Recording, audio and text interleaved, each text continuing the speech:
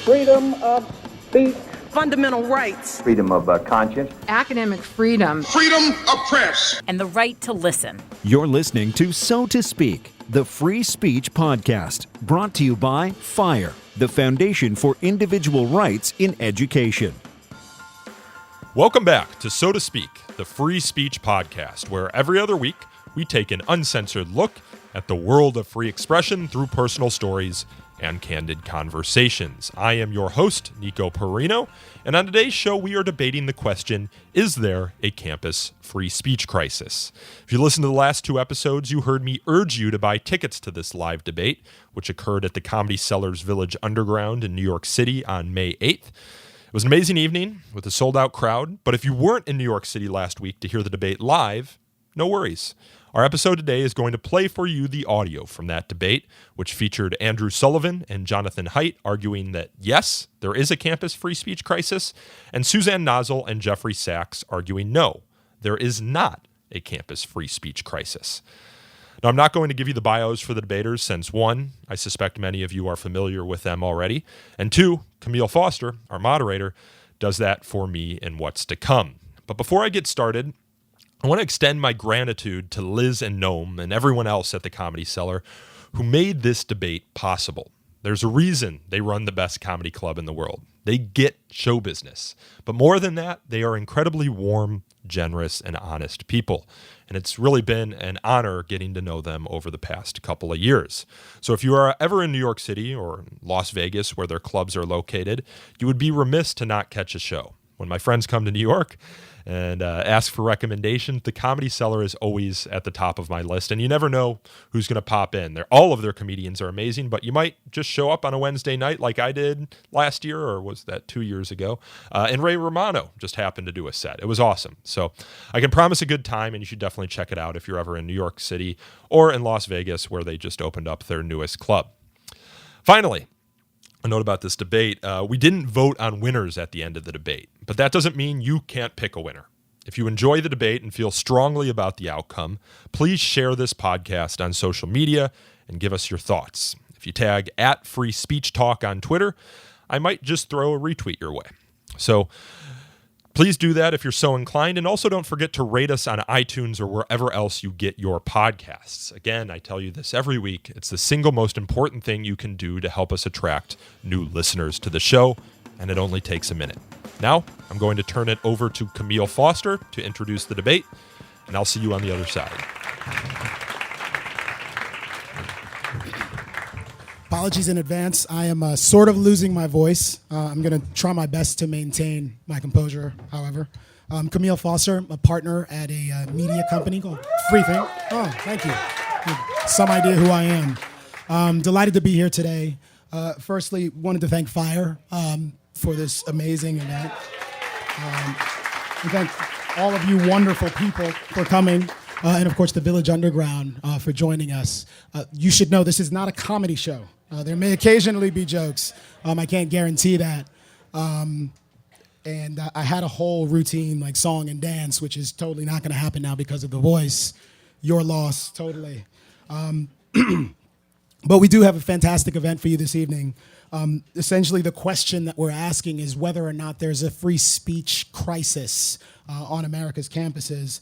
And what I'm going to try to do tonight, I'm supposed to be the moderator. What I'm really going to try to do is just stay the hell out of the way so you can have these very erudite, thoughtful, interesting interlocutors engage with one another, lay out their perspectives, and give us something stimulating, and then quickly get to you guys so you can get involved in the conversation as well.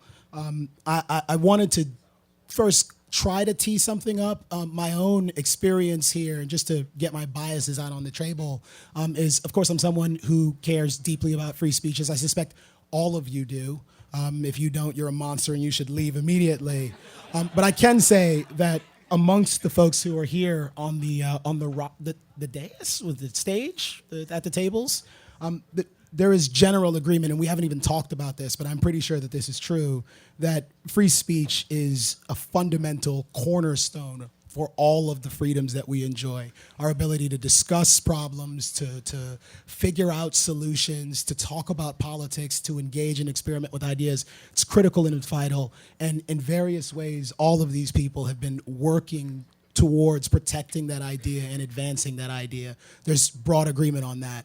I think there's broad agreement about something else as well, that a lot of the, thank you very much, a lot of the circumstances that you all have seen play out on campuses, that everyone here is concerned about those things. There's broad agreement that it is a bad idea when people are shutting down speakers on campus. But the question here is, what are we actually seeing playing out? Is there, in fact, a crisis? What direction are perspectives moving on these issues? And fortunately, we have some very thoughtful people who can weigh in on this question. So to my, I think this is my right. I don't know what that makes it for you. That's kind of a joke. Arguing in favor of the proposition, and we'll see to what degree, is Jonathan Haidt, who is a professor of social psychology at NYU. Yes. Hand for the man. Stern School of Business, also affiliated with the Heterodox Academy. And seated to his right is Andrew Sullivan, writer at large for New York Magazine, former editor of the New York Public. Legend in his own right. And seated to my left, and I'm going to start at the far left, is decorated civil liberties veteran, CEO of Pan American, Suzanne Nossel, like fossil, she told me. Yes? Right? And seated to her right is the man of the hour, in a way, Mr. Jeffrey Sachs, who is a lecturer in political science and history at Acadia University in Canada. Oh, Canada. Toronto Raptors got swept last night. But Jeffrey kind of ignited this debate with a Twitter post. And I think it's probably appropriate to allow you to start off. So we're just going to do some opening remarks, move through, and then get to the discussion. All right, sounds good.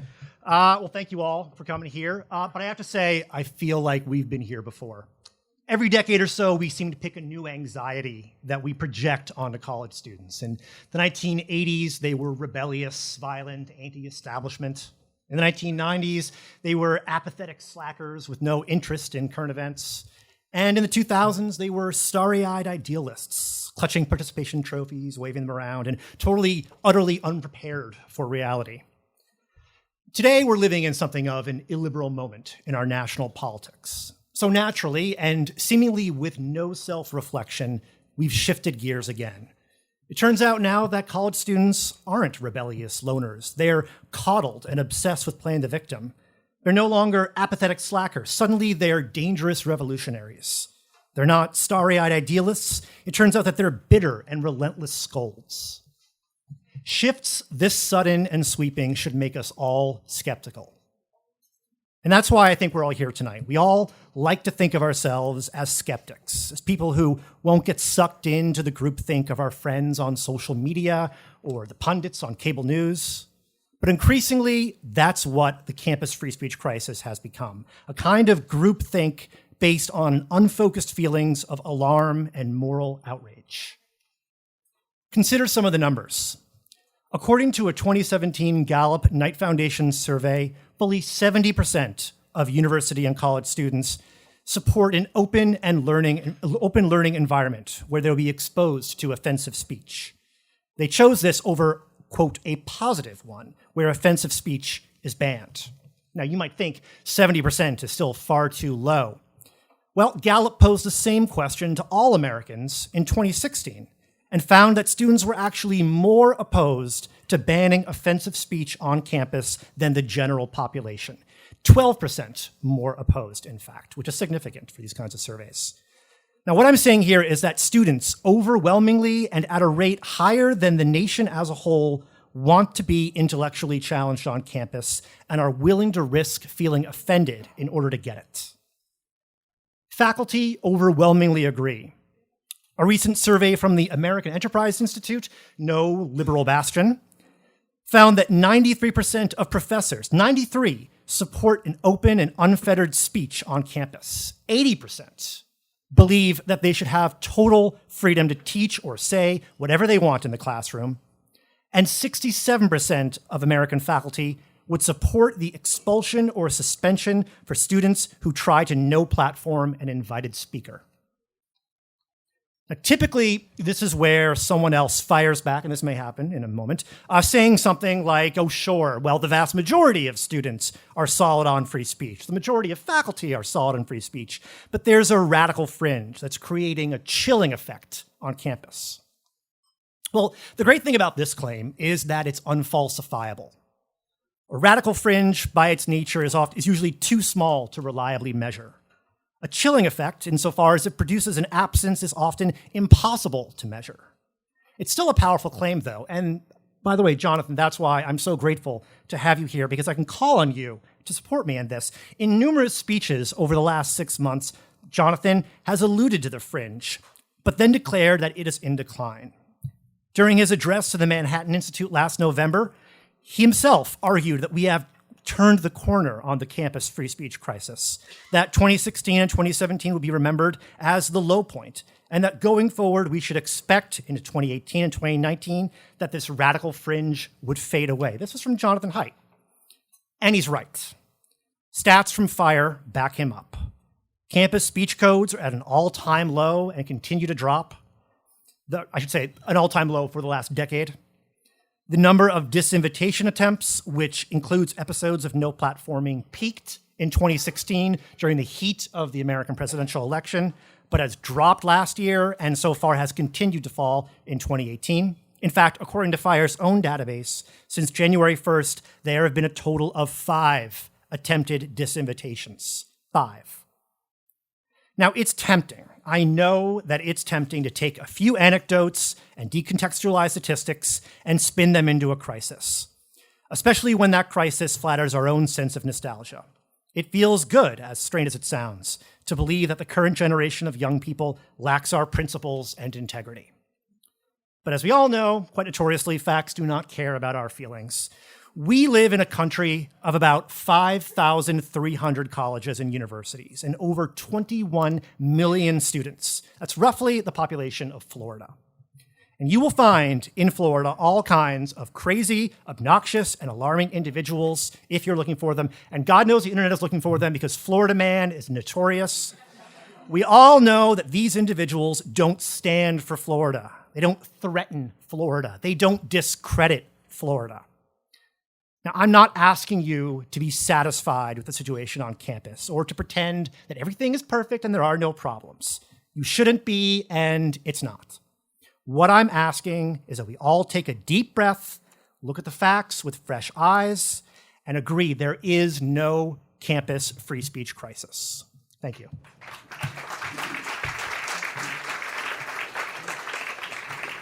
John, I'll allow you to open up for your side. Okay, well, thank you. First, thanks so much to Noam. Is Noam here? Noam Dorman? Right here. Noam, thank you. I think we all owe Noam a debt of gratitude for making this venue and these talks possible. Thank you for hosting this. I'd like to thank Jeff for starting this debate it just makes me feel so nostalgic having this debate in which we both refer to the data and we don't call each other names. Like, I remember this from back a few years ago. This used to be so common, but it's been great fun debating with him on Twitter. We're actually getting good reviews, like people saying like, oh, this is the way things ought to be. So thank you for starting this and conducting it in such a civil way. Thanks to Suzanne for running PEN America, which put out a magnificent report in 2016, really laying out all of the issues, the moral issues, the historical issues, the legal issues, the essential primer for understanding all of this multifaceted situation that we're facing. Now, what we are here to talk about is there a free speech crisis on campus? And we can all point to anecdotes, we can point to survey data, but none of it makes sense unless it fits into a narrative. And that's what the debate is about. That's what all debates are about in moral and political life. That's what jurors have to decide when they judge guilt or innocence. What narrative do they accept? So I'd like to put out 3 narratives that I think cover the terrain, and you decide which one you think is true. The first one we can call the lost generation narrative. And it is the one that Jeff referred to as one that's out there, that each generation of older people thinks, oh, the young people today, they're terrible, they're addicted to their Pong games or whatever it was in the 70s.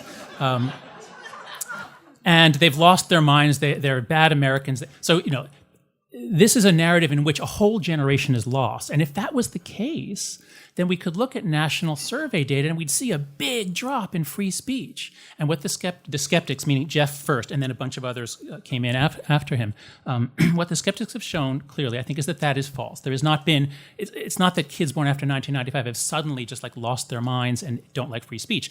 On average, people have very, very high support for free speech, especially when it's expressed in the abstract. So I think we all agree that the lost generation narrative is not true, but it is one you'll hear on right-wing media. So it is out there, it is valuable to push against it. In its place, Jeff has given you what we might call the skeptic's narrative, which is that all we're experiencing is a typical moral panic. Moral panics, it's a sociological term. It's kind of like a witch hunt. It's always on either the right or the left. They get upset about something that happened and they make up a whole story and they make up a whole set of facts. So what Jeff has told you is an internally coherent story about how there's nothing really going on except in the minds of the older generation or the crazy off-campus right. And you have to decide, does that narrative fit with what's happening in America today? Is it really true that nothing is wrong? Is it true that nothing is changing? There's no news about campus. The news is what's happening off campus. That's the second narrative. You have to decide if it's true. The third narrative is the one that I think is true. And we can call it the new dynamic narrative. It is that the average student hasn't changed very much, but a few subtle tweaks, a few changes in parameters, and suddenly the whole system can reconfigure. And here's how it goes. A few terrible, terrible ideas have become more common recently. They got into kids, kids didn't make them up themselves. They got in because parents and teachers told them in part. And so the first one we can call safetyism. It's the worship of safety. My kids are raised with safety, safety, safety, sometimes from me and my wife. But when we say it, we mean don't get hit by a car. When their teachers say it, they mean don't exclude anyone. Don't hurt anyone's feelings. They wouldn't be safe.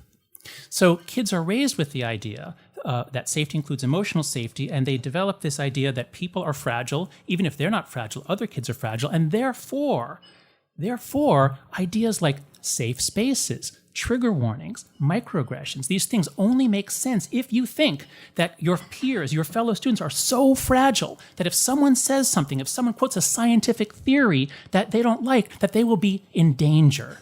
It's very strange to anyone over 25 or 28, but my claim is that these ideas are now common among younger people. So that's the first, is the assumption of fragility and safety. Is Lenore Skenazy here? Lenore?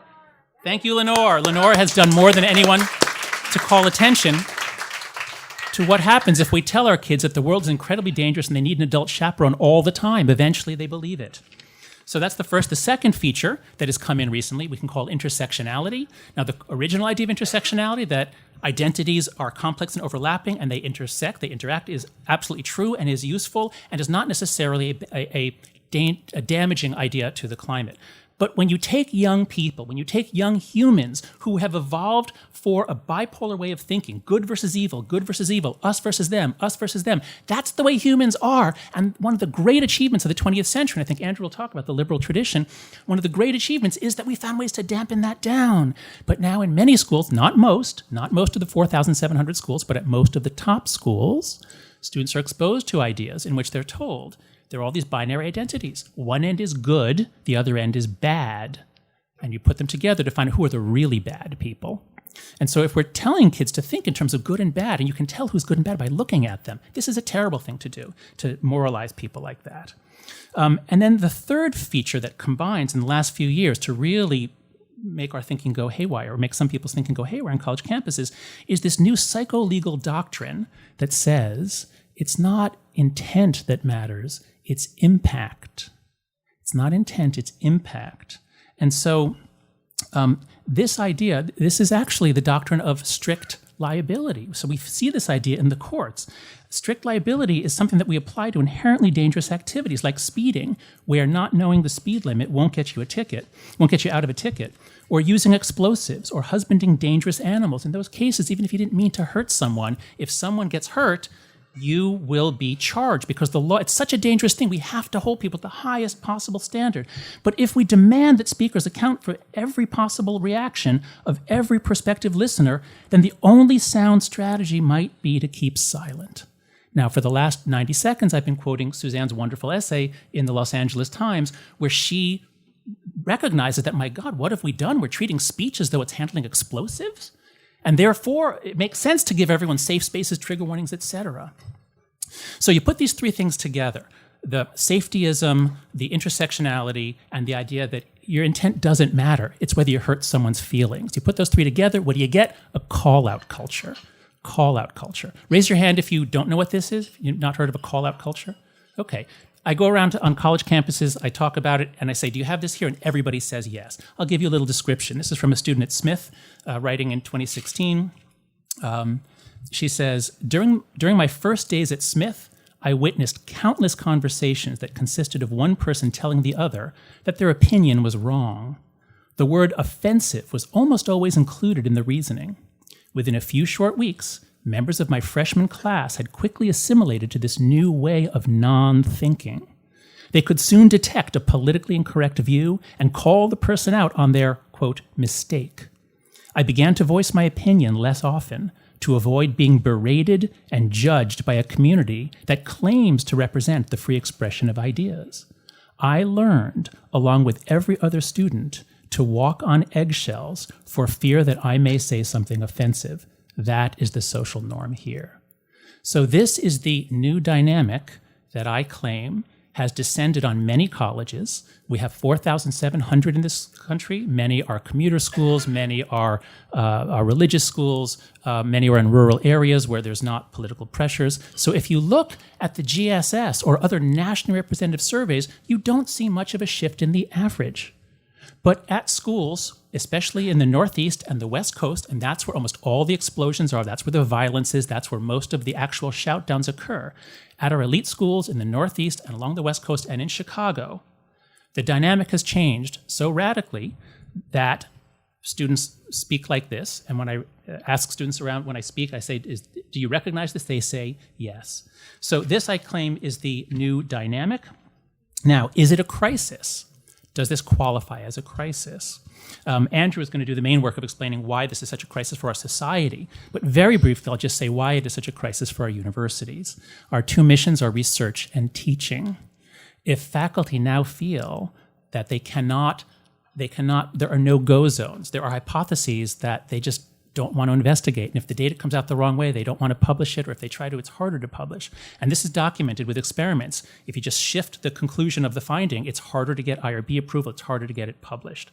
So if we're having political pressures on our research, that means our research is not as good, it's not as reliable about controversial issues, and my God, do we need good social science research now in our country. Our second mission is teaching. And if students come to school and they're afraid to speak up in discussion sections and in seminar classes, which is what I hear, then why are they paying this money? Why are they spending this time? They could get the same education just online if the discussions are not lively. I will end with Thomas Jefferson's words when he was founding the University of Virginia, and he said, "This institution will be based on the illimitable freedom of the human mind. For here we are not afraid to follow truth wherever it may lead, nor to tolerate any error so long as reason is left free to combat it."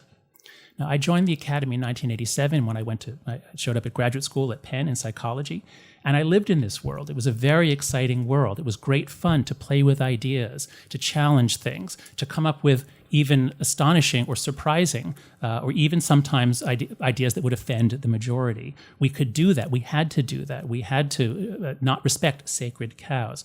But that is no longer the case. That kind of world, I believe, ended in 2015. Now, is that a tragedy? I would say it is. Thank you.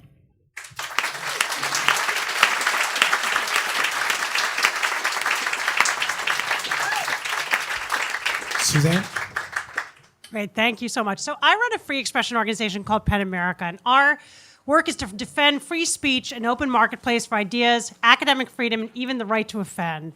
And over the last few years, we have become concerned about what's happening on college campuses. Invitations to speakers withdrawn, professors targeted for what they say.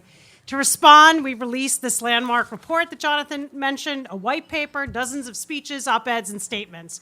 I've argued against regulating hate speech and rejected the tendency to equate speech and violence.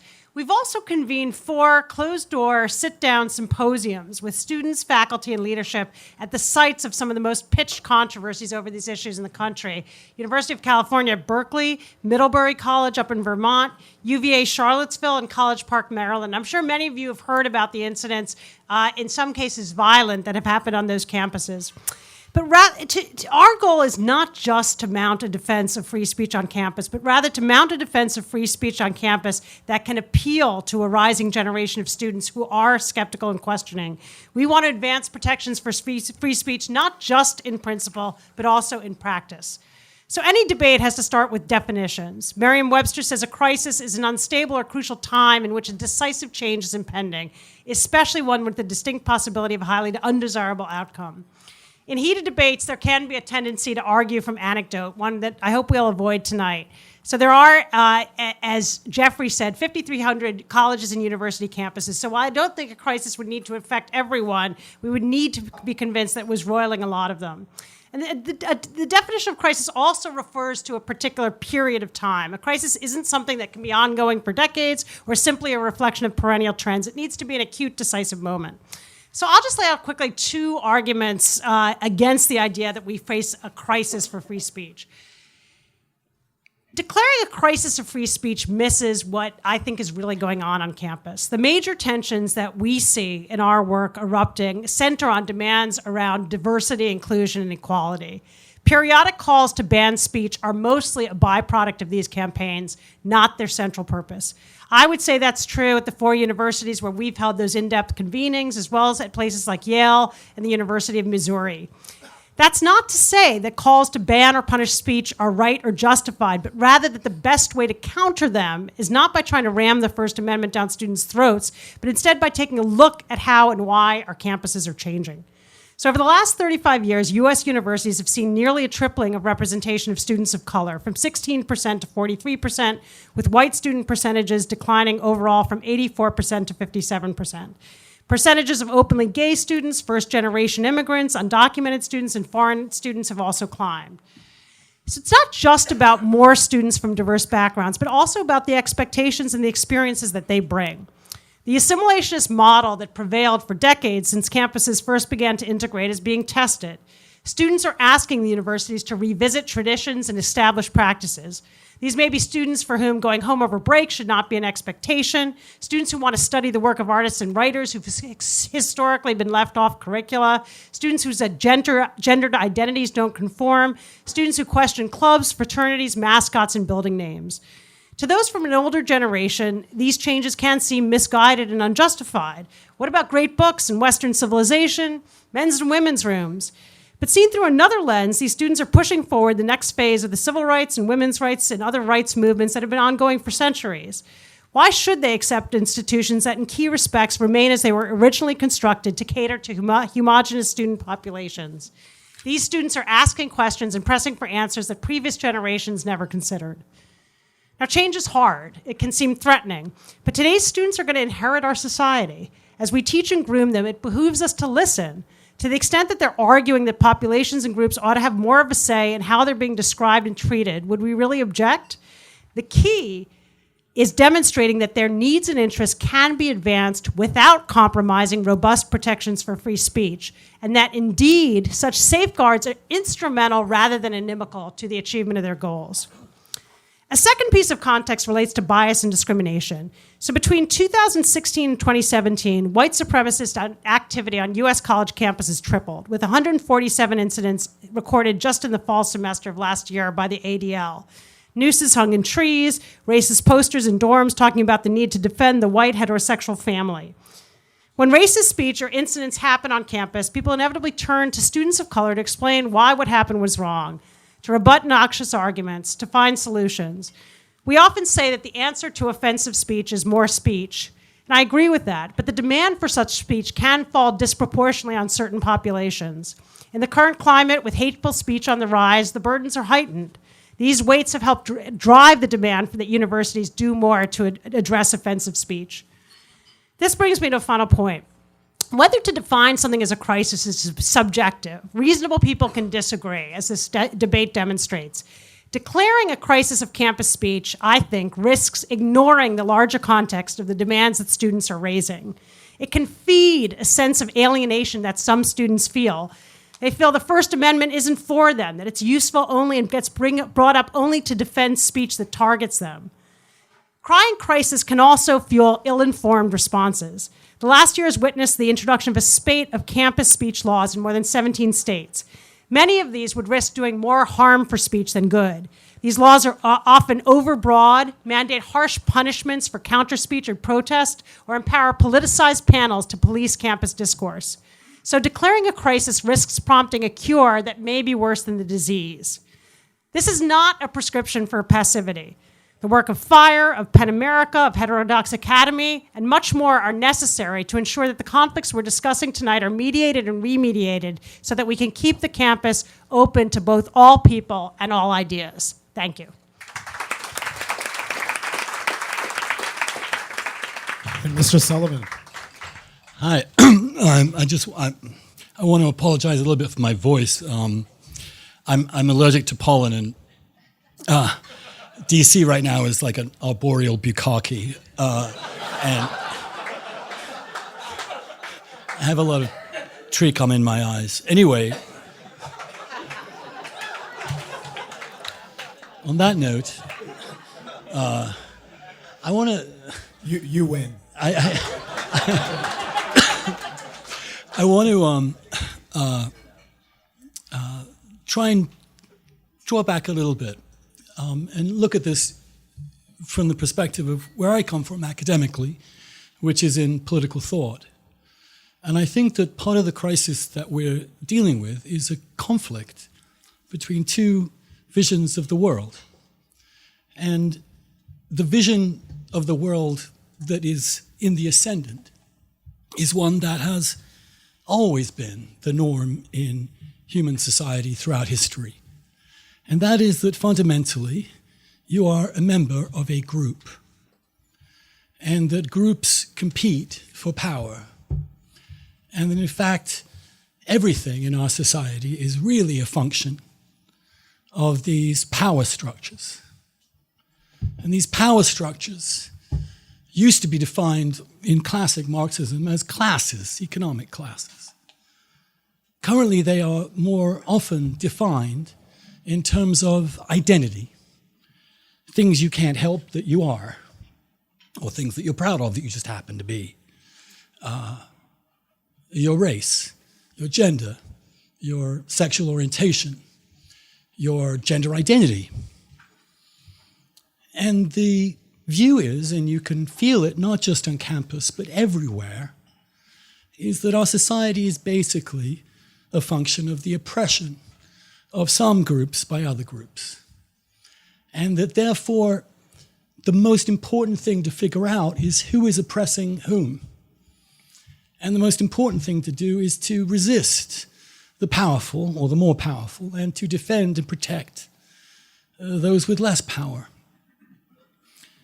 And the power is a kind of invisible thing because it's not purely class, although class is mixed up with it. It is about how one feels about oneself and how one feels about other people. And so the most powerful group, and you can hear this in the rhetoric every day, are white, straight, cisgendered men. They are the ultimate oppressive force. And you can go down and there's a hierarchy, and we can have all sorts of complicated ideas about who's where in the hierarchy. But essentially, that's what our society is. It's a constant fight between these groups of people. And in fact, because as a society we're becoming more and more diverse, the intensity of that fight is growing. We are and will be the first white majority country to become a non-white majority country in the history of humankind. These are very powerful psychic effects. And in those circumstances, and especially with incredibly divisive and polarizing political parties, we're beginning to see our entire society and culture governed by which group you're in and your ability to represent that group or to betray that group. And the notion that these groups have fixed interests and certain ways of thinking that distinguish them from one another. This is essentially draws its roots in Marx, but also in the critical theory schools, which are now taught as simply the truth in most universities. So we're concerned if there are too many white people on a panel. We're concerned if there are too many men. We're concerned if there are too many straight people. And speech affects power. So because this is so amorphous, if you say something that makes an oppressed group feel more oppressed, you're not just speaking, you're actually harming those people. Speech is not simply a way in which you're discussing things. It has immediate impact. It has harm. It commits harm against groups. It is a power play. And there is only power in this view of the world. All rhetoric is simply about defending your power or about seizing power for yourself. We are a tribal species. This comes very naturally to us. The history of humankind is really, in many ways, a story of these struggles between these groups. But there was an experiment in human history, beginning sometime in the 17th century, of which this country is the ultimate product, which it says that no. This is not what we are. We are actually individuals. We have our own selves, and we construct our societies to defend ourselves as individuals, not as groups. That we therefore recognize, for example, freedom of religion as a fundamental right, because no group can tell you what to believe about the universe. We represent and defend private property, because private property is a way in which the individual is protected from the group and the mob. And we believe that when we're trying to figure out the truth in a society, the way we do that is argument, is we use reason. And it doesn't matter whether you're white, black, pink, purple, whether you're gay, straight, trans, bi, queer, asexual, the rest of the alphabet. What matters is simply the cogency of your arguments. That's all. Have you made a good argument? Have you persuaded someone, or have you not? And power is really less important than truth. And when you become a citizen of this republic, you're equal as anybody else, and that your opinion is worth something regardless of whether you're a man or a woman or black or white. In fact, those things are kind of left behind when we become simply citizens. I became a citizen recently of this country, and I wasn't, thank you. Took a long time, but I got there in the end. And I didn't become a gay citizen. I didn't become a white citizen. I didn't become a Catholic citizen. I didn't become an English American. I just became a citizen, and my voice has no more power and no more validity than the strength and cogency of my arguments. Now, those two ideas are in direct conflict, and the forces of the group over the individual are immensely powerful right now as the society goes through enormous demographic change. And what matters, it seems to me, that in that process, that individuals, both in the minority and oppressed groups or in the oppressor groups, are allowed their own conscience, allowed their own voice, and treated no better and no worse than anyone else. And that's the conflict. Are you to be treated as simply a member of a group? Is your activity on a campus or in the wider world really a function of power? Or are you an individual capable of making up your own mind, sometimes bucking your own group, saying what you think, and having that being taken seriously on its own terms, without being called to account for being a gay person or a straight person or a white person or a black person or all the other characteristics that accumulate onto us? That's what's at stake here. The silencing of individuals, the intimidation of individuals by those groups, the loss of imagination and understanding of our society as really one of equals and individuals rather than groups and power. That's really what's at stake. And that's why this is not just a crisis for the campus.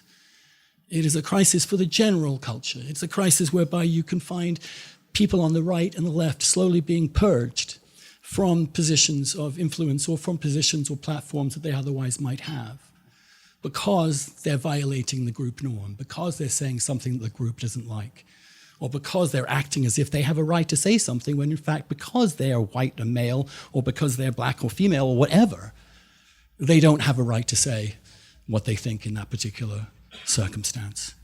Those two visions are at war right now. You can see it everywhere. You can feel it.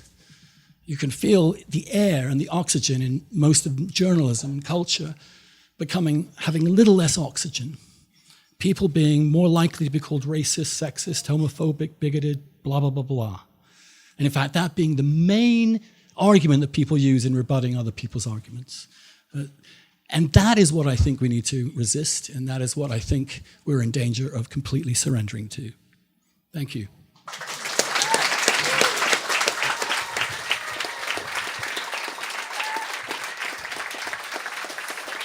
Nico, in terms of time, how are we looking for the conversation portion here? We're good. 30 minutes. 30 minutes, great. Well, this actually went a bit differently than I expected in ways that I really like. This really isn't a debate so much as a conversation. Obviously, we've gone well beyond the confines of the original question in some respects, and this makes a hell of a lot of sense. The reason we care about the academy is because it has consequences and ramifications for society at large. But I do want to return to some of the empirical things that the two of you addressed at the very beginning of the conversation. One thing that many people may not be aware of who haven't read the extensive back and forth that you all have had is that a lot of the conclusions that you're reaching independently about whether or not there's a crisis, looking at the data, and a lot of this is survey and polling results, it's the same data, and you are reaching totally different conclusions. Not just there's a crisis, no, everything is fine. It's the same. It's in one case, it's everything might actually be getting better, and maybe things are getting worse. Can you? I want to get the two of you to just engage and give us a sense of what one another are getting wrong, and perhaps what one another are getting right. So, we just ended with you. Started with you, Sean. How about you give it a go? Sure. So yes. That's what so much of moral and social and political psychology is about, is how can we look at this, what we think is the same thing, and see completely different objects. And one of the most powerful principles there is called motivated reasoning, or the confirmation bias. So a lot of what's going on is people who are on the left want to endorse a certain narrative, people who are on the right want to endorse a different narrative.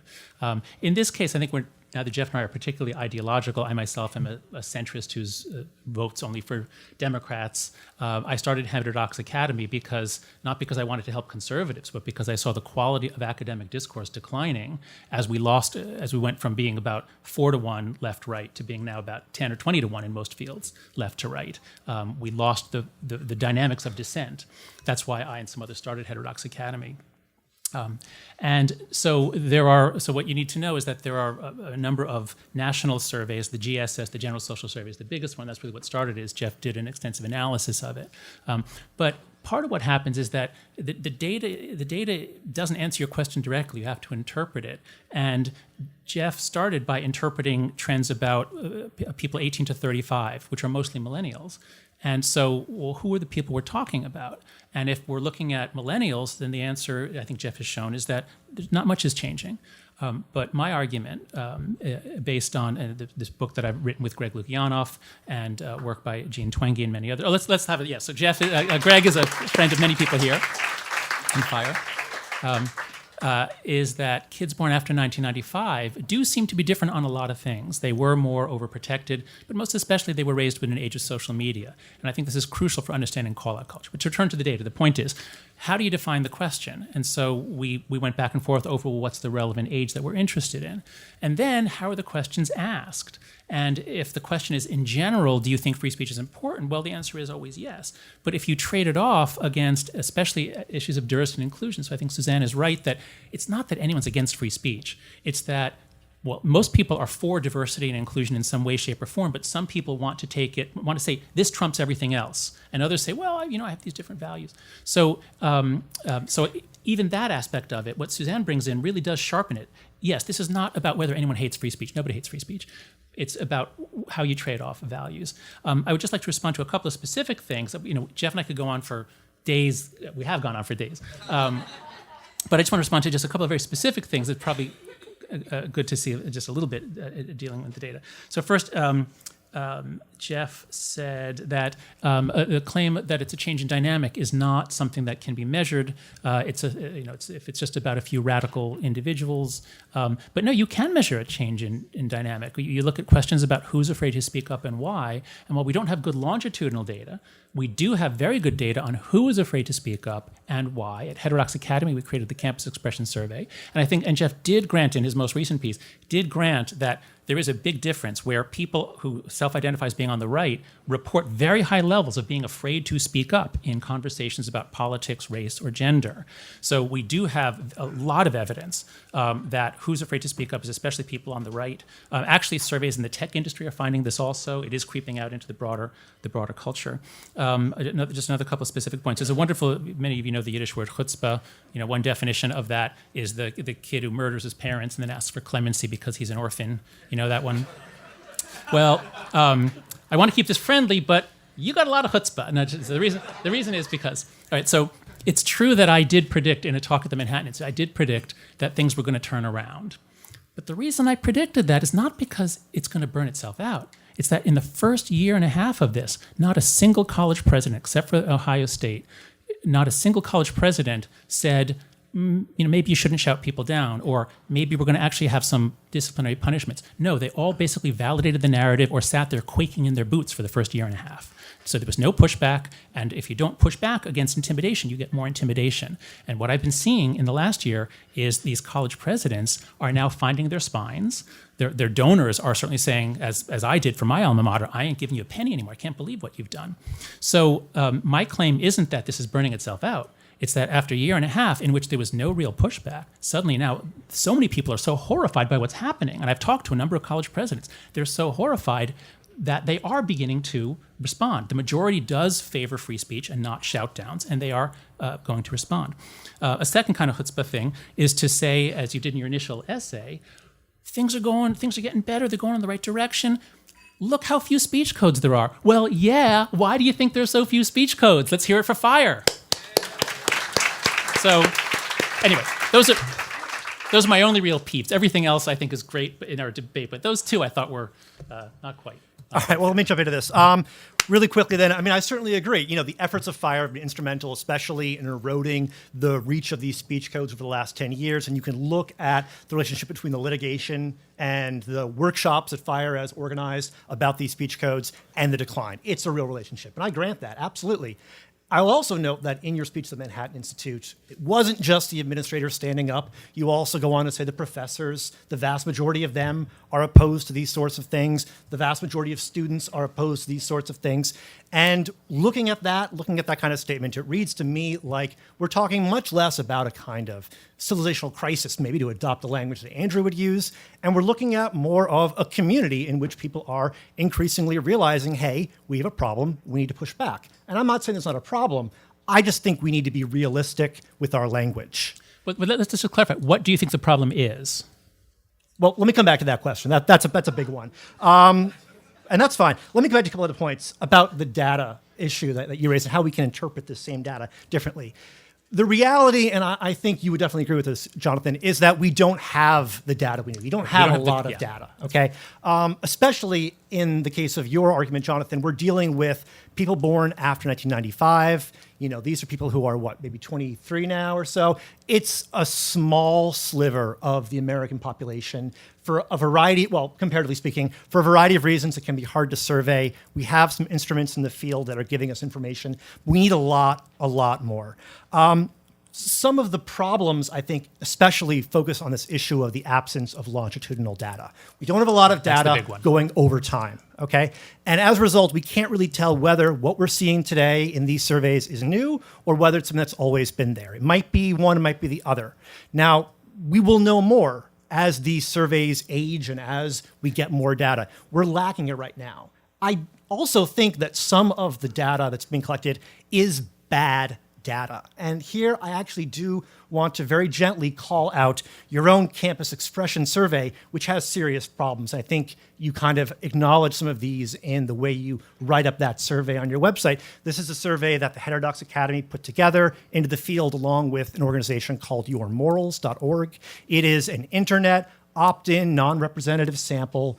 It collected somewhere around 483 respondents, I believe, who all opted in. No, Sean is here. It's over 1,000, but over 5,000. Now, when I looked at the data last time, and please correct me if I'm wrong, one of the issues in your 2017 findings, again, is that this data, because it was non-representative, it had something like 390 odd white respondents and 10 black respondents. Okay. Okay. All right.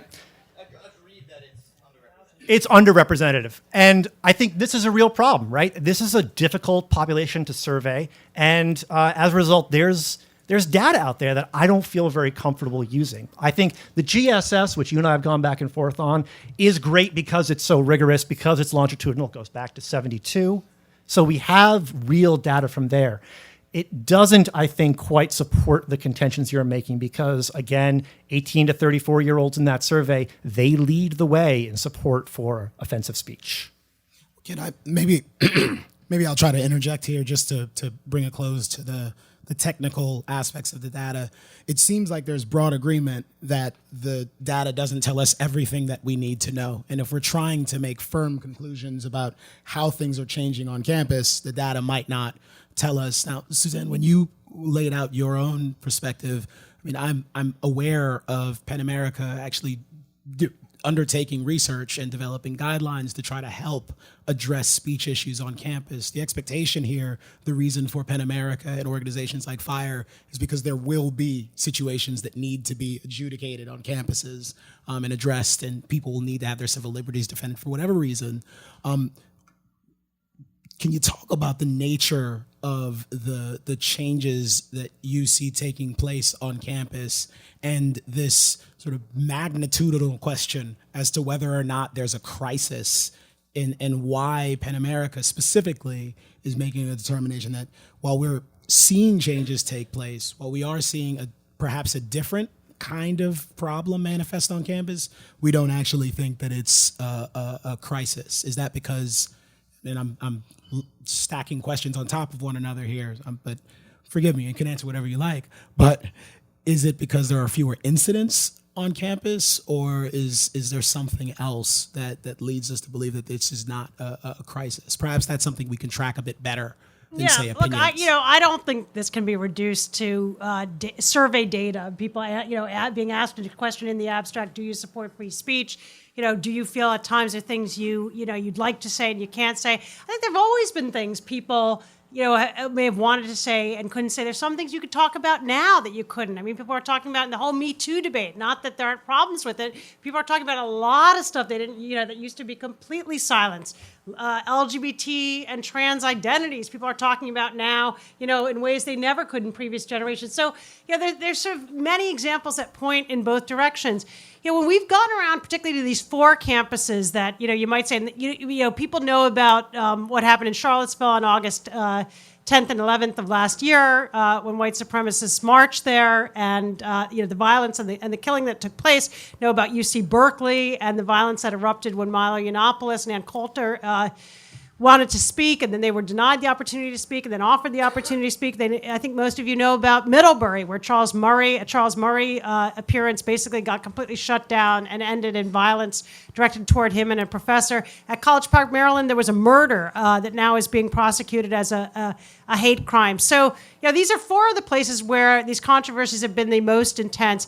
I wouldn't say there's a crisis of free speech per se. I think there are roiling tensions on those campuses that go, that are much broader. They do relate to some of the things that Andrew is talking about in terms of tensions around identity, changing demographics, changing expectations of how institutions should work, what the priorities should be, what it really takes for people to feel welcome and fully able to participate. Is there actually a debate going on these campuses about these questions? Is there actually a debate about, say, trans issues on these campuses? An actual debate? I think there is, Andrew. There is not. When we go, is there even a debate about gay marriage or homosexuality that includes, for example, the views of half the country, or at least a third of the country? Look, is there actually a debate about race that actually gets at what's actually at issue in a deeply polarized country, or is there not on these campuses? I mean, there isn't. These and in campuses, fact, those who Andrew, dissent are shut down immediately or terrified of talking about what they want to talk about. And it's the same also in the media in general. It's same also in the media in general, where people are increasingly afraid of their jobs, fearful of whether they're going to continue as a writer. People are having to go through and living in newsrooms or magazine centers where the pressure for people to adhere to politically correct norms, to utter the same phrases and frames that echo the exact kind of ideology I talked about in terms of groups and in terms of identity. The notion that something should not be published because it will offend certain people, that it will offend certain people within the actual staff of the organization in such a way that you can't publish it. People are being fired, people are being hired and then immediately fired because they're violating certain norms in terms of what the social constructionist understanding of human life is about. This is going on all over the place, and you're pretending there's no issue at all. Of course there's an issue. You've asked me a lot of questions. I don't know if you're willing to give me a chance to answer some of them, but I'd appreciate it if you would. I'm not saying there's no issue at all. I began by saying we've done a lot of work on this because we think they're serious issues. But I think we're also living in these campuses exist in the United States of America. So the idea that with Republicans and conservatives controlling all three branches of government, that ideas that are racist or sexist or misogynist are out of bounds, can't be spoken about in our society, I think it's just false. We've got dominant perspectives in the media from the White House articulating all of those ideas, so they are being debated but in they're this not society. talking to each other, and that's what I'm talking about. That's and in not fact, happening those in institutions in which those two poles can actually communicate are becoming fewer and fewer. They're being purged, so they become purer and purer representatives of their own tribes. That's what's going on. Andrew, so you're not even talking about universities. You're describing The Atlantic. You're describing Kevin Williamson. You're alluding to this. I'm talking about the New York Times, the fact that the op-ed editor of the New York Times can't run things he wants to run without huge backlash. And it's relevant. I'm talking about Slack groups in newsrooms and elsewhere in which the pressure being brought upon individual writers is becoming so intense they're in tears or they're having to quit. I'm talking about the chilling measures in which this kind of atmosphere is preventing younger people from speaking their minds. A little bit of perspective on this. I just want to quote a couple of things. Okay. The PC movement replaces old prejudices with new ones. It declares certain topics off limits, certain expression off limits, and even certain gestures off limits. That was George H.W. Bush in 1991. Students at various campuses have told me they have learned to keep their heretical ideas on subjects as affirmative action and abortion to themselves rather than be treated as pariahs. 1990, Nat Hentoff. So, I don't think you're wrong, but we've always had taboo subjects. We've always had polarization. We've always had, some degree of self-censorship around controversial topics. Something different on has campus. changed within the ideology. You know it, and I know it. But it seems we have to acknowledge that it's at least fairly difficult to quantify. And, in my own experience, I remember I was at Rutgers last October, and I'm not too long out. Yeah, go Rutgers until I finish the story. I show up on campus, and I'm not so long out of college, but I'm going to an event to speak, and for the very first time, I find myself going through this security gauntlet where I have to have all of my belongings checked along with all of the students and the faculty, and this feels very different to me. And not only that, then when the event begins, there are folks shouting at me, and they are trying to disrupt the presentation because they're not interested in what I have to say. I remember hosting events while I was in college, and that didn't seem to happen. Now this becomes anecdotal, but in a universe where you do have this contentious political environment, it does become easy to create this narrative. How can we possibly make just a firm determination, without spidering out to the other various issues? I'll ask the questions in reverse. How can you know when there is a free speech crisis if the data isn't telling us? And the opposite question to the other side, how do we know when things are okay if in fact there is always this subtle undercurrent of uncertainty about the things that are safe to say? One of the answers, questions we asked is like, can we actually go to these campuses where these, kind of frightening events have happened and bring together administrators, students from all sides. We have students from Federalist Society, from college Republicans, very left-leaning students, Black Lives Matter students, faculty experts on the First Amendment, very left-leaning faculty who are all, focused on issues of intersectionality. Can we get them into the room and sort of have a civilized discussion about these questions? And the answer has been yes. They've been difficult discussions, but people will sit down. The discussions are pretty open. People are in debate and dialogue with each other. I think one sign of a crisis would be if you tried to come with that agenda and people weren't willing to come into the room. Well, it seems like there have been incidents like that, though, right? I mean, I'm thinking like Emory University, where someone writes Trump 2016, which again, I'm citing an anecdote here because the data is somewhat paltry, and I'm not quite sure what else to grapple onto. But so you've given me a specific example, like we bring people to campus. I mean, do you have any thoughts on when you would know if there was a crisis? Well, let me give you guys another anecdote. This one is about a week and a half old. Milo Yiannopoulos and two lesser luminaries in the alt-right firmament, what are their names? Feckles or something like that, and Sargon. Thank you.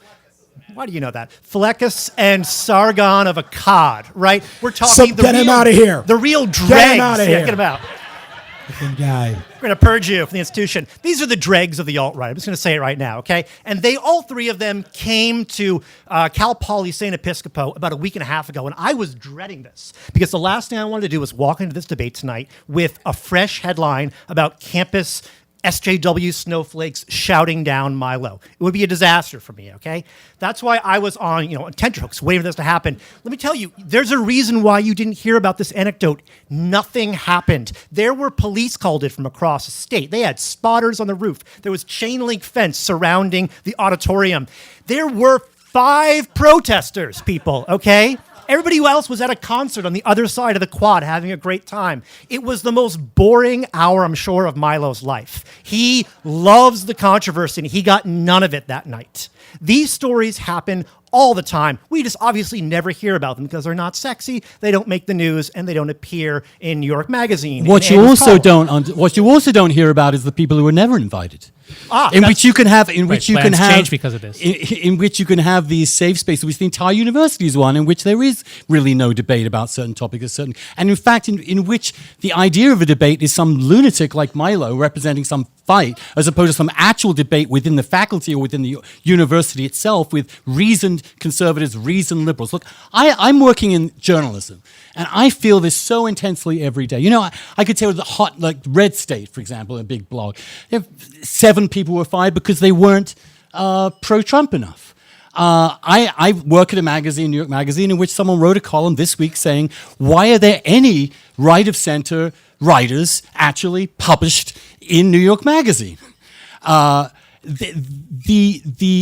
The Atlantic had an open forum in which the editor said that if they were considering a piece, he would, and it might affect a particular minority or might affect women who are a majority of the staffers at the Atlantic, apparently, that he would make sure that they were consulted first to make sure that they weren't offended. The way in which this is enforced informally is we have at the New York Times, for example, a gender editor, something completely new, whose job it is to police every piece in that to make sure it conforms with a certain understanding of what gender is, that there is no natural difference between men and women,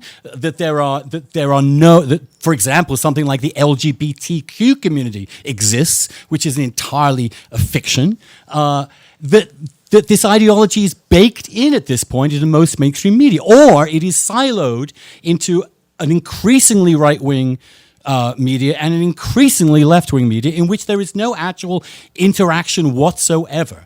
And look at Twitter. This is the other thing. Look at where much of our discourse is happening. The mob mentality. The way in which people want to find not a way to out-argue someone or to disprove them, but to anathematize them, stigmatize them, and in fact, in most cases, get them fired. That is now the prevailing atmosphere in the biggest public area of discourse that we have. And you can see that. Is there any real exchange of views going on? that is what we're talking about in terms of freedom of speech. It's not that, obviously, the government is not impeding free speech. We have a First Amendment.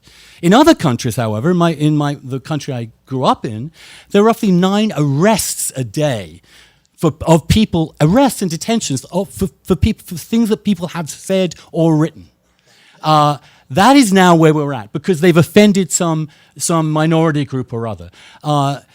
Is there anywhere in mainstream in the mainstream media, for example, in which trans issues are genuinely debated?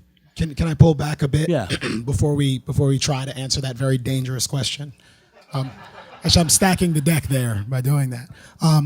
The question that I asked about campus and when we can know that there isn't a crisis, how we might be able to tease that out, what we might expect to see.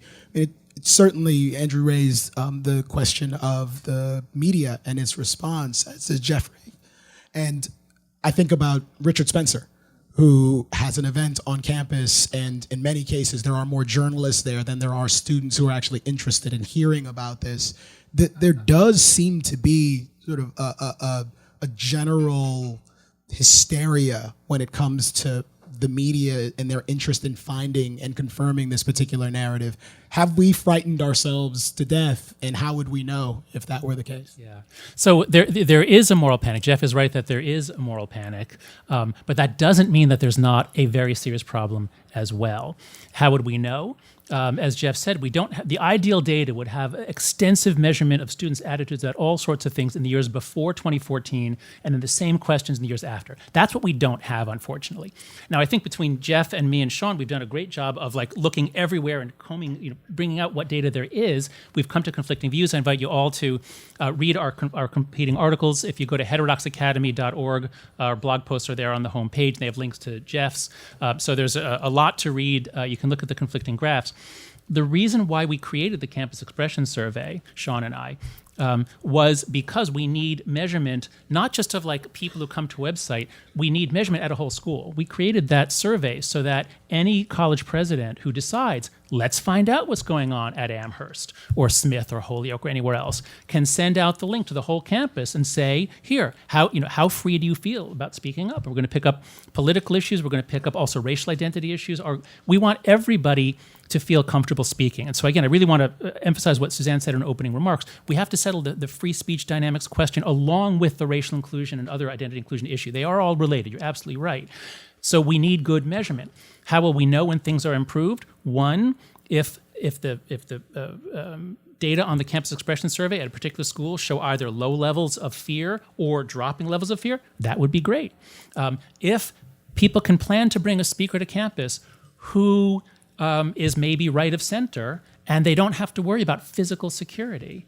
One event, I've spoken to a number of schools now, whenever there's a free speech crisis and violence on campus, they call me or others to come to show, look, see, we can have, controversial, as though I'm controversial because I don't know what I am, but there's elaborate security precautions. And the point is that even if there's only a few dozen cases that had real, only if you had real violence, but if there's a few dozen that are really dramatic, every college president is now thinking about this. And so Andrew mentioned, what about the talks, the invitations that didn't happen? The invitation policy is changing. There have been, as far as I know, no conservative politicians or anybody invited to speak at a commencement or given an honorary degree in a very long time. None. I think that's true that it's zero. Because who would take the risk? Yeah, well, you're actually speaking to something that I heard you address in another context, just the changing political composition of faculties on campus. And Jeffrey, I'm not sure if this is something that you've responded to in your work. I think you've addressed it, but it'd be useful to talk about it again here. What do you make of the fact that there does seem to be a pretty dramatic swing? I don't remember the numbers off the top of my head, but you referenced something between the 1990s and today. Yeah, the big change between the mid-90s and 2010, when the greatest generation retired, there were many Republicans who went on to get PhDs after World War II, so there was a lot of diversity until the 90s. Once the greatest generation retired, were replaced by baby boomers, especially in the social sciences, the numbers became astronomical. So in my field, social psychology, it went from 4-to-1 left-right ratio in the 90s to now 17 or 18-to-1 is the latest figure. Yeah, I mean, there's no question, and Jonathan has done the yeoman's work on this issue, that there is a clear imbalance in terms of political ideology in the faculty. It's a pretty quick shift. I mean, there's always been an imbalance. I mean, there's one imbalances are fine up to a point. Yeah, there's a hallmark study from the 1990s that found, using data from the 1990s, although it came out in the 2000s, that found something like a 4-to-1 liberal to conservative ratio. I've seen 6-to-1 in some cases. One study from about, I think maybe 4 years ago, you might know better than I do, found that in New England alone, the ratio is 28-to-1. Yeah, New England's really different. New England, and there's lots of possible hypotheses going on there. We're talking about small liberal arts colleges with a very strong ethos, rightly or wrongly, of a certain kind of mission for themselves. Who knows quite what's going on? Now, there are lots of the mechanism at work for explaining why the faculty is so imbalanced is actually disputed. We don't know precisely what's going on. To some extent, it might be self-selection. It might be that people who are in the process of going through graduate school, maybe the environment is one that attracts liberals. Maybe it's the case that conservatives are more interested in entering other spheres like law or business or medicine.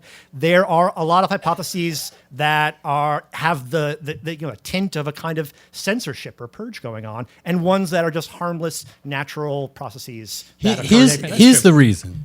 We have an answer. Yeah. All right. Wait, please Here's one of the reasons. I got an answer for you.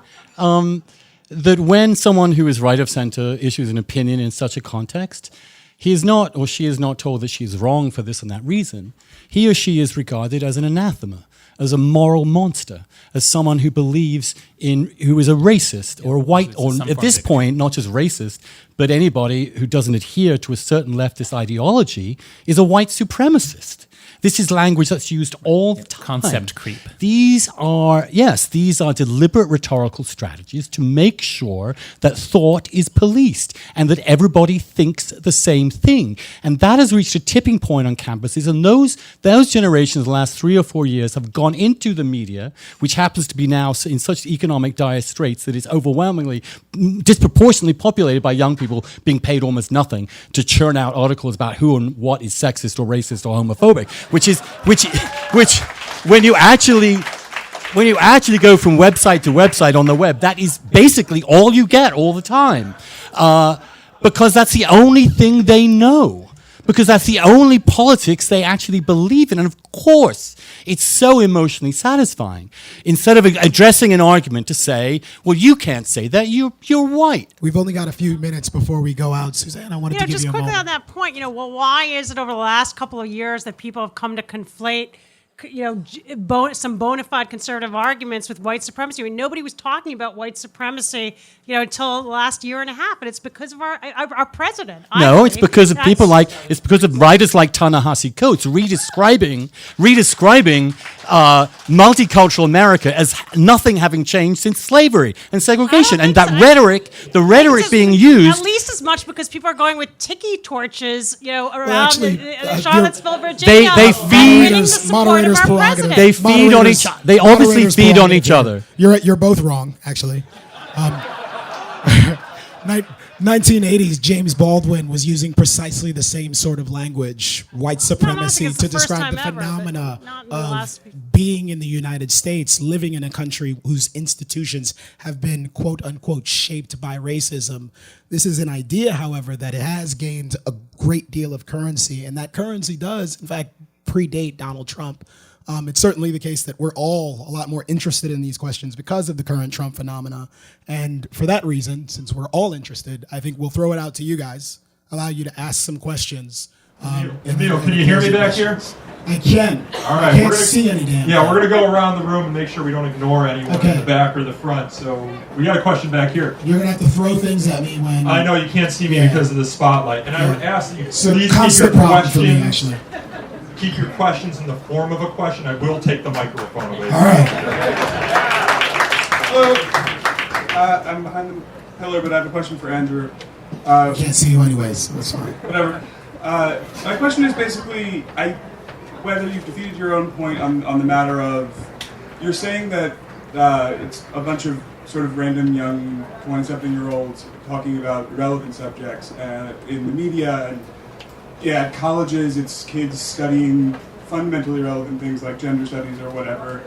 And the question is, yeah, they're maybe right that they're marginalized because they've marginalized themselves. But how does that amount to a crisis? And I feel like you've had a very beautiful and salient failure to address the notion. By design. We could debate forever about what crisis means. It does feel as if there has been a tipping point in which writers, for example, are incredibly scared to talk about what they really feel, to write pieces that are risky, that may offend their own tribe, that may get them ostracized socially. The way in which ideas are becoming understood to be moral actions, and in which we can't just debate over whether, I'm sorry I can't see so I can't really talk to you, whether something is right or wrong, or whether someone is good or evil.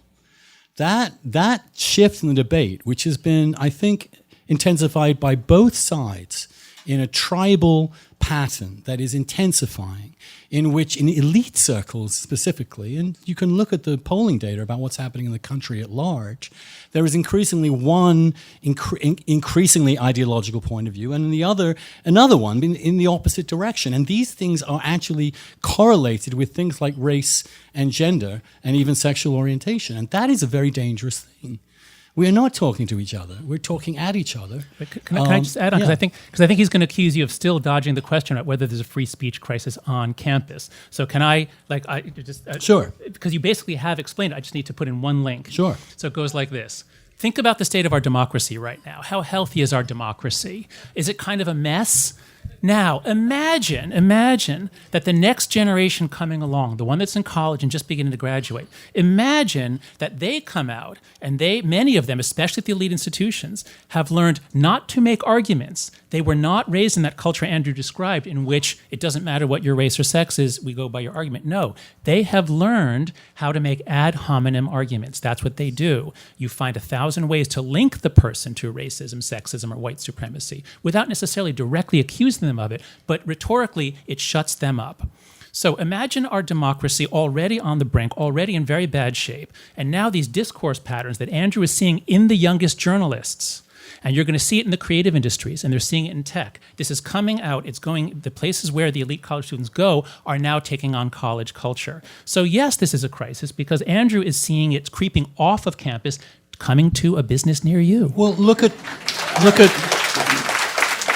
the corporate culture at this point. Corporate culture insists that if there is any imbalance in a corporate employment or hiring that doesn't perfectly reflect the demographics of the entire country, it is obviously a function of systemic racism or sexism. And if you stand up and say, well, hold on a minute, why are you hiring only women at this point? And they say, well, because we're addressing our inherent sexism. We said, maybe there isn't inherent sexism. Maybe, in fact, this is a choice, or maybe there are other forces at work. You are fired by even expressing such a thing in a corporate context, expressing the notion that there are fundamental differences between men and women, or even talking about the differences in cultures and dynamics of different ethnicities, which might lead them to different professions. All of this is not just debatable. It isn't debatable. It is a condition for you being fired. We know this. I We've will seen grant it Andrew happen. this much. I will say this much, that there is a free speech crisis in corporations, in the private economy. For those of you who work for the private sector, you have zero free speech rights while you're on the job, and increasingly your business has the ability to censor you outside, to terminate you for speech that you do extramurally. Now that is a crisis, but I will note, this is a crisis that is aided and abetted increasingly by a corporate culture that's obsessed with its image. And that's something we should be concerned about. Students on campus, though, they live in the real world. They don't have the protections.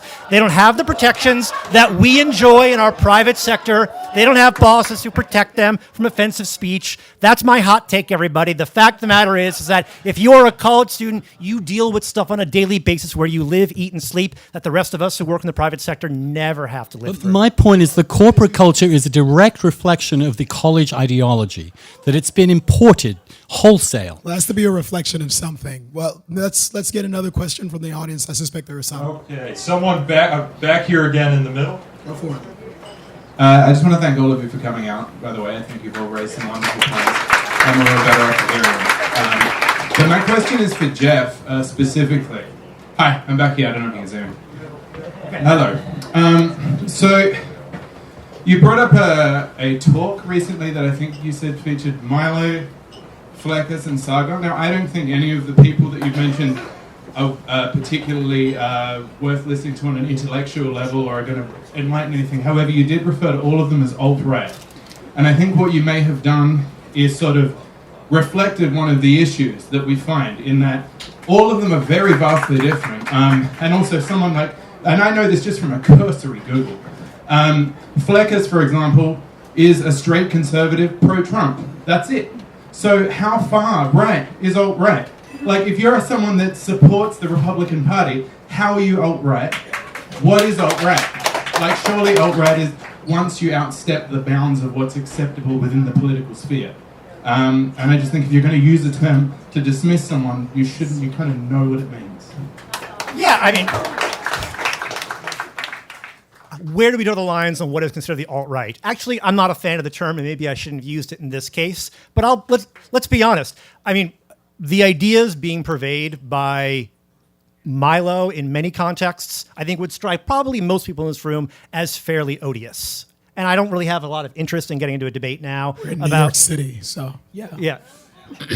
I don't have a lot of interest in getting into a rich debate right now about the minutia of Milo's position. I do think that, the alt-right is not a group of people that should be forcibly shut out of our public sphere. Nobody should be. We should have open and robust debate. But I don't think there's any reason why I can't label certain people as offensive to me. But I think the question that's being asked here is something else that we've seen. It's the fact that the MAGA hat is in fact racist. My designer sneakers here that I'm wearing, Yeezy 350s, is the first version.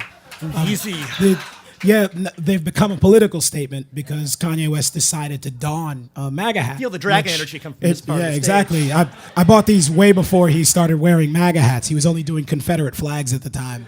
But in either case, the fact is that this is racist, that voting for Donald Trump, that supporting the Republican Party presidential candidate, even in instances where he's not doing something that is explicitly racist, which is in fact possible. It's physics. Totally true. Like, these things are racist.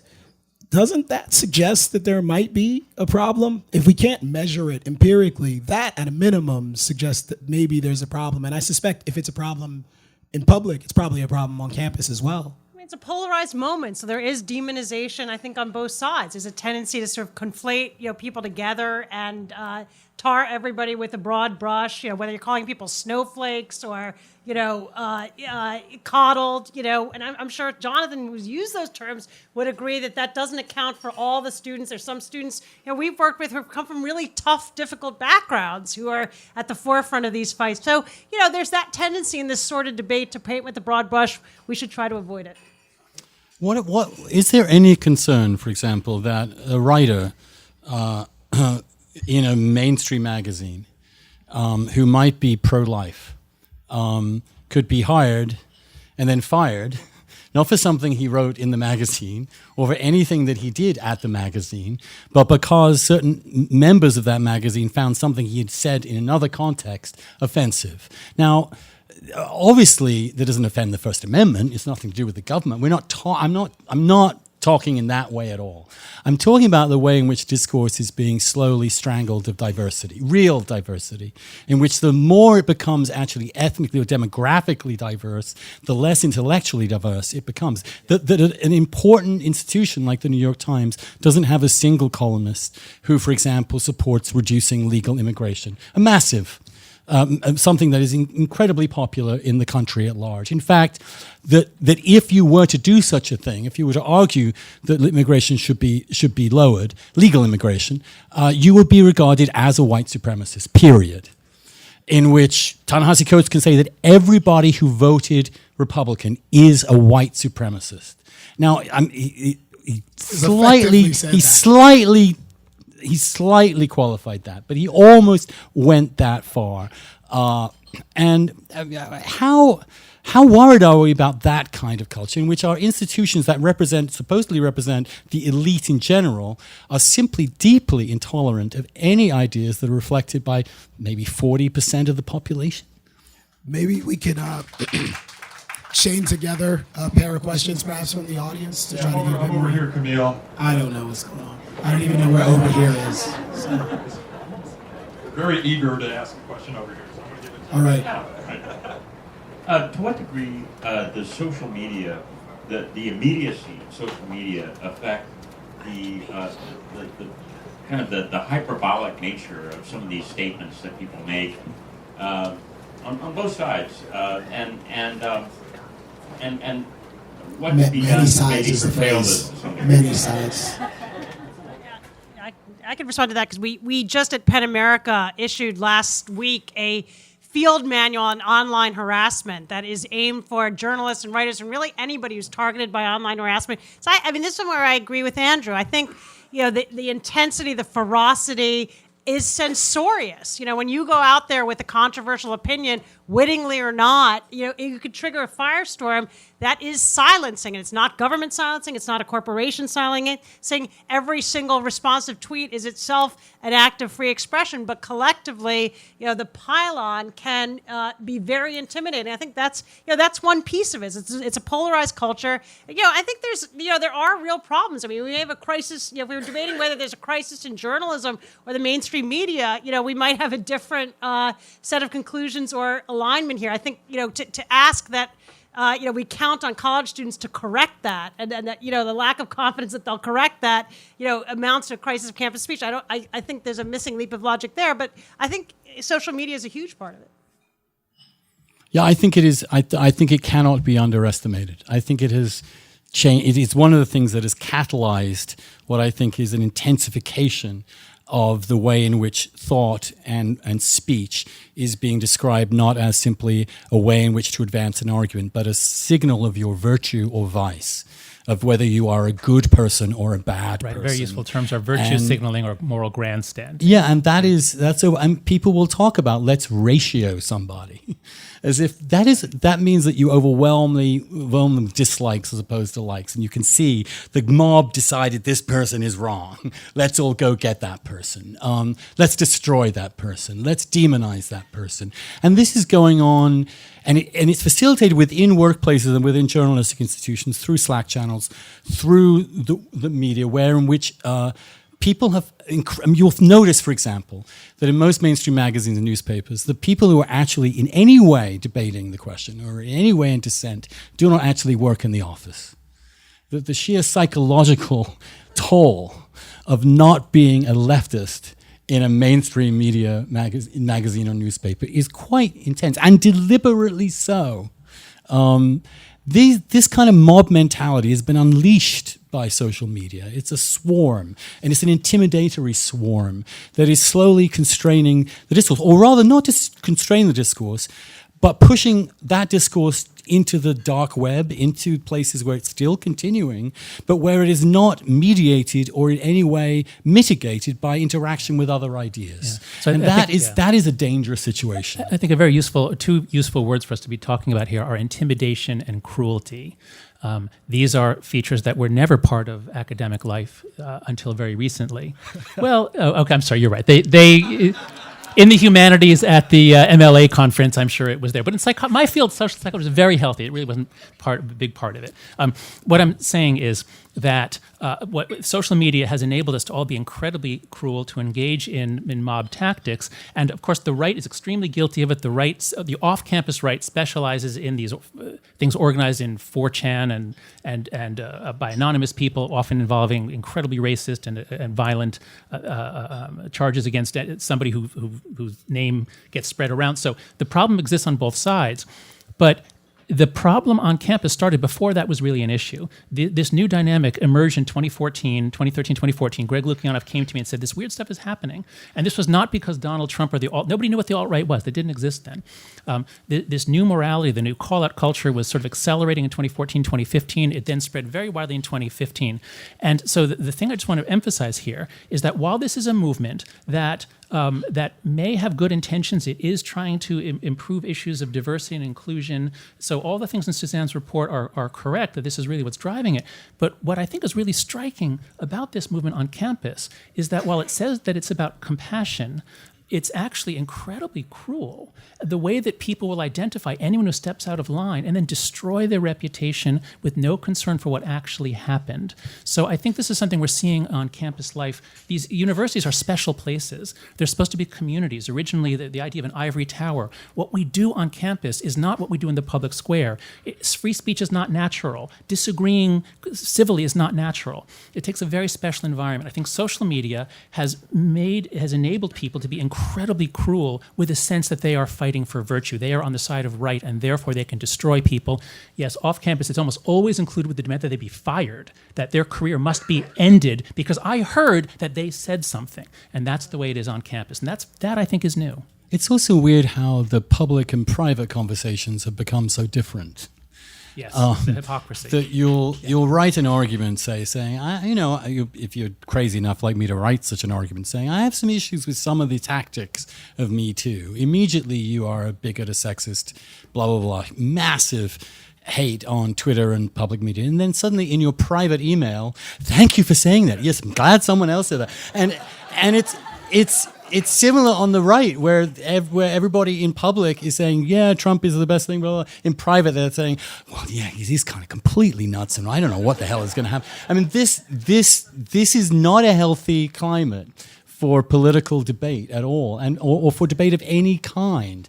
And it's happening on both sides, and I think there's a way in which it's because people who are in dissent are not being treated as simply representatives of an argument, but are being treated as if they have committed a heresy or if they have committed a crime, and are revealing that they're inherently a bad person. I mean, one thing about how it applies on campus, because I think it's a mistake to sort of conflate together what's happening on campus with everything Andrew's talking about. Because I think on campus, with these movements for social justice and racial diversity, that's a plastic moment for people. They're young, they're learning, they're kind of testing out these ideas for the first time. They're flexing their power, they're learning how to organize. And I think it's an opportunity where we can influence how they think about these issues, how they think about themselves as individuals, how they think about how to bring about change, whether it's a good idea to try to ban or punish speech. Their ideas are not set in stone at that point. So it's just sort of lob it all together and say, this is part of this retrograde, really dangerous contrary movement that's going to undermine everything about our democracy. I think it's a mistake. I think the better approach is to sort of listen, hear out, explain, engage, and try to convince people that these principles and ideas have a role. Can I just leave those contrasting perspectives out there for a moment? Nico, I don't know if we have time for any more questions from the audience. We've got time for 2 more questions. Okay, do you want to chain them together? Yes, let's do these 2 people right here. Right. Andrew, if I could ask you to extrapolate a little bit on the trends you were just talking about, and think about where things go, given the things that you're observing, in particular, let's leave university perhaps, but also in the real world and in the media world. Where does this go? I mean, does it take, for example, enough people to be sort of consumed by their own revolution for there to be an end to this inertia, or how far do things go before this can be reversed? So, second question. Right next to them. Thank you. How do you confront somebody that explicitly comes from a critical theory perspective? I work in academia and education, and that is very pervasive there, and so I'd like some tools to combat that. Yeah. Okay. I don't know what she's talking about. So maybe someone smarter than me, please address those 2 questions. Oh boy. Well, I remember an old joke from the 90s. We're in a comedy club. I can actually tell a joke on the classroom. What do you get when you cross a mafioso and a deconstructionist? Bigot. The what? You can't say mafioso. That's Sorry, actually, no, there you go. Yeah. Well, you get an offer you can't understand.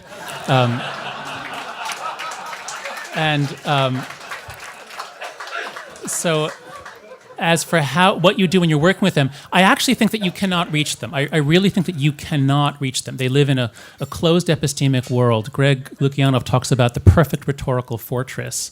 So I actually think you cannot reach them.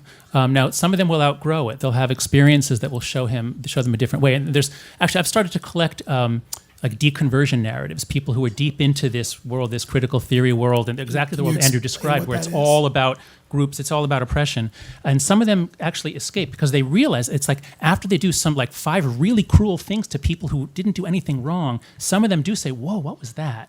And so to get back to Daniel's question about how does this end, I am seeing signs that people are beginning to get burned out. I am seeing, it used to be when I would talk with professors, they'd say, oh, you're cherry picking, oh, it's just a few things. Now when I talk with professors on the left, they almost all have a story about like they said something perfectly fine in class and then they were attacked for usually racism or some other form of bigotry. I think at the present rate, everybody will be accused of racism within about 75 weeks or so. And at that point, then I think we might have more and more people saying, whoa, that was too much. The same way that the wars of religion burned themselves out in Europe, and finally we said, you know what, we have to have freedom of religion. I think eventually we might eventually get to the point where people say, well, we just have to have free speech. There will come a point at which people who are told that because they're part of a minority, for example, they have to believe this, that, and the other, will at some point say, I don't actually. I disagree with that. They'll have their Kanye moment.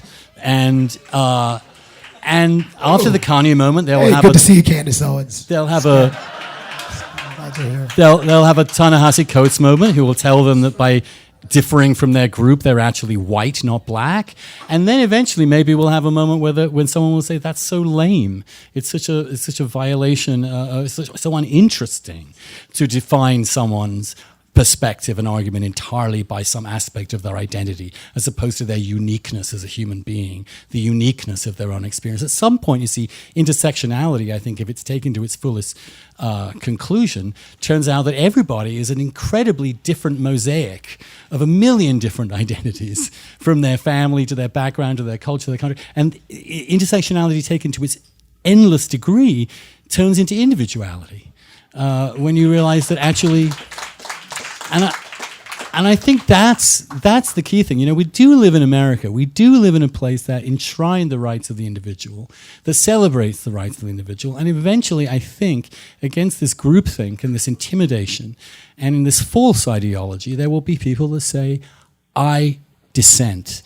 And that is a great and empowering moment. And I hope that more and more people will say, I dissent. Well, can I just stand up for a moment for political theory? Now, for critical theory. I don't do critical theory. I'm not a critical theorist. I do very Someone boring. explain what on earth that is. No one can. I've tried. A comedy club is the right place for that. No, It might be. Let me just say, I do very boring stuff about Islamic law. It's very textual. It's not very theoretical. It's pretty straightforward stuff. I got to tell you, I borrow from critical theory all the time. The insights are real. Now, like any kind of branch, and Jonathan will back me up on this, like any kind of branch of the academy, it has its nutcases, its lunatics, and its bad scholars. And you know what? The academy is pretty good at identifying those people and rooting them out. Though I'm not going to try to convince you of that. Tenure? That's pushing up against a closed wall. Now, let me just also say really quickly to Andrew here. Andrew is telling you that the United States is this country that was founded on principles of individual liberty, and it's only maybe with the collapse of the old left and the rise of the new in the 70s that we suddenly discovered that identity is a thing, identity politics changed everything. Well, you know what? To bastardize Anatole France here for a moment, law in its majesty used to forbid both gay and straight people alike from marrying someone of the same sex. It's the case that laws that look, or policies that look like they are identity neutral, in fact, do target specific identities. And I think what college students today might be picking up on, and maybe these ridiculous critical theorists might be picking up on, is that there are a lot of policies and a lot of laws out there that look on their face as if they are neutral. Crack cocaine being punished with the worst sentence than powder cocaine. But when you actually look at how they're applied, identity politics helps us to understand that certain groups really are disproportionately targeted in relationship to that policy. Okay? Yeah. And we can pretend, for instance, we can have a conversation about Me Too that is untethered from gender, but it would be an uninformed discussion. We have to have that gender analysis at the heart of the discussion if we're ever going to get off the ground. Identity politics helps us to do that. It gives us the tools. All right. Nico, I guess we're at the point where we should do closing statements here. Yep. All righty. This is quite hard for me. I told Nico when he asked me to MC or moderate or whatever this thing is that I'm a hell of a lot more Allen Iverson than like whoever the hell just passes the ball instead of shooting it. The urge to jump in there, Jeffrey, holding back. I'm waiting for it after. But I want to allow you all to close. Perhaps we'll do it in reverse order from when we started. He said keep it brief. He didn't give me a time limit, but trust your conscience. I'll start with you, Andrew. I just want to finish maybe by saying that as a writer, I just hope that writers will not be intimidated into writing things that aren't risky, that don't push the envelope, that don't actually address real issues because they're afraid of the social consequences of it. The job of a writer is, I think, to be true to yourself and not to adhere to a group or to some ideology that is not entirely owned by yourself. And so here's for radical, offensive, difficult, unexpected ideas and writing that is offered in a culture which is interested in their actual intrinsic value rather than in demonizing and stigmatizing and anathematizing the person, the writer, him or herself.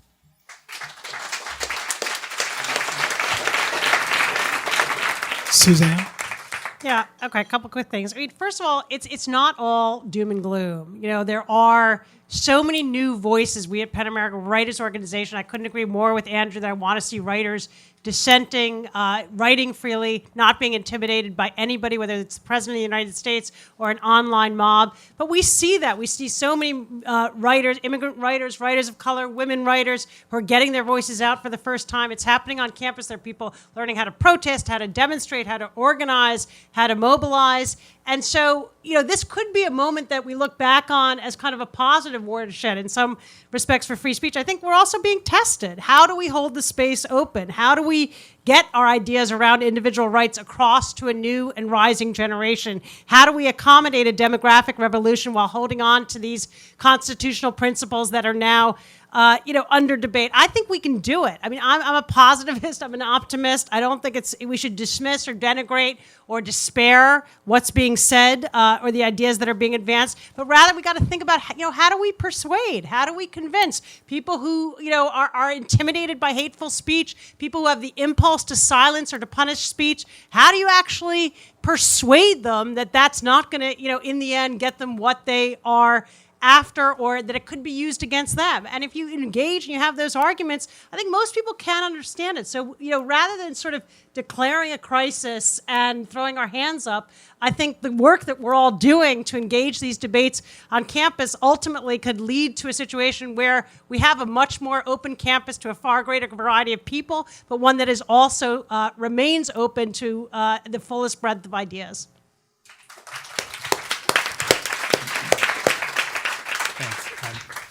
So at Heterodox Academy, our mission statement is to improve the quality of research and education in universities by increasing viewpoint diversity, mutual understanding, and constructive disagreement. I think what we've had here today is about as good as it gets for constructive disagreement. I think this was great fun for us all. So I want to thank my fellow panelists for being spirited, all coming from different perspectives, being passionate. There was not a single ad hominem argument, because I think my chutzpah thing wasn't ad hominem. That was yeah, okay. And I think what I hope will come from this is that the four of us may even write something about this evening or about this kind of discussion. I think a lot can come from this evening itself.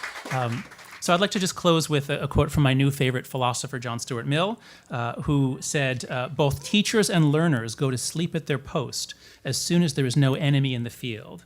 That is, we need people to challenge us. We too easily fall into orthodoxy. He also wrote about the fatal tendency of mankind to leave off thinking about a thing when it is no longer doubtful. And he spoke of the deep slumber of a decided opinion. So whatever opinions you came in today, whether you came in thinking that there was obviously a free speech crisis or there was obviously not a free speech crisis, I hope you heard something that woke you up. And I don't mean that you became woke, but I mean that you see new possibilities for thinking. And I hope and expect that we will all leave this room smarter and maybe a bit more optimistic about the possible turnarounds, or at least the chances for improvement of our intellectual climate. Thank you.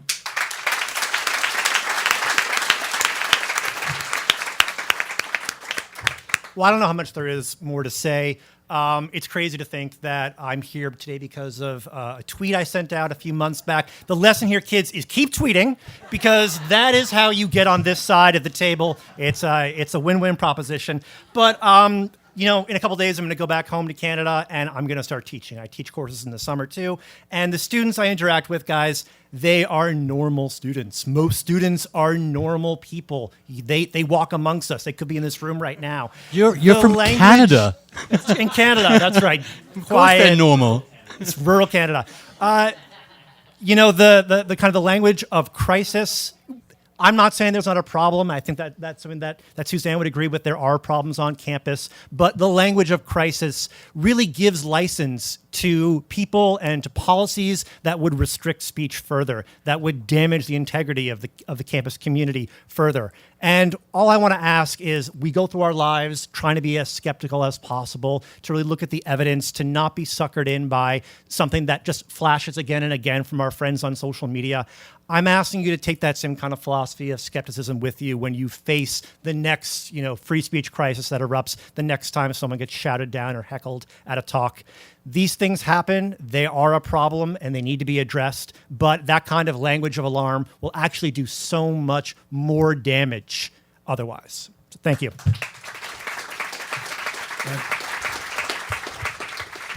Nico, any parting shots, closing business we got to take care of before we get out of here? Nope. Fifth column! Yay. Awesome. Yes. For the podcast, the fifth column. Well, thank you so much to everyone. Thank you again to our panelists. They were phenomenal. Super interesting. Thank you to our raspy voice moderator. Thank you to everybody here. Have a good night, folks. Thank you. That was Camille Foster, Andrew Sullivan, Jonathan Haidt, Suzanne Nossel, and Jeffrey Sachs at the Comedy Cellar's Village Underground last week on May 8th, debating the question, is there a campus free speech crisis? Who do you think won the debate? Please consider sharing the podcast on social media and tagging @FreeSpeechTalk on Twitter to let us know your thoughts. Speaking of social media, we'll be sharing some video clips from the debate on Facebook and Twitter over the course of the next couple of days and weeks. You can find us at twitter.com/freespeechtalk or on Facebook at facebook.com/so-to-speak-podcast. On Facebook, you'll see that we have actually already shared the video of Andrew Sullivan's full introductory remarks. So please check that out and share it widely. We do actually have a video of the full debate. However, due to Jonathan Haidt's media blackout ahead of the release of his new forthcoming book with our own Greg Lukianoff, we are under strict orders from their publisher that we can't publish the full debate video until September. So we're sorry to have to make you wait. We'll have it up as soon as we get the go-ahead from their publisher. John and Greg's book, by the way, I don't know if I've mentioned this on a previous podcast. It's called The Coddling of the American Mind: How Good Intentions and Bad Ideas Are Setting Up a Generation for Failure. And it's available for pre-order from Amazon and other online retailers. And if you care about free speech, parenting, political polarization, and building a robust democracy, this is the book for you. It builds on their 2015 Atlantic cover story called The Coddling of the American Mind, which got rave reviews, and I think at the time was the second most read cover story published by the Atlantic of all time. So we're hoping that this book generates a lot of pre-orders and gets on the bestseller lists right away, and starts this conversation that we're always having every other week on this podcast about free speech and its implications for all of us. Now, finally, before I sign off, I want to make you all aware that if you're interested in pursuing free speech defenses on campus full-time, there are a couple of job opportunities out there that you should apply for. One is with Penn America's, and this is Suzanne Nossel's organization, of course. They're hiring a Campus Free Speech Initiative project director.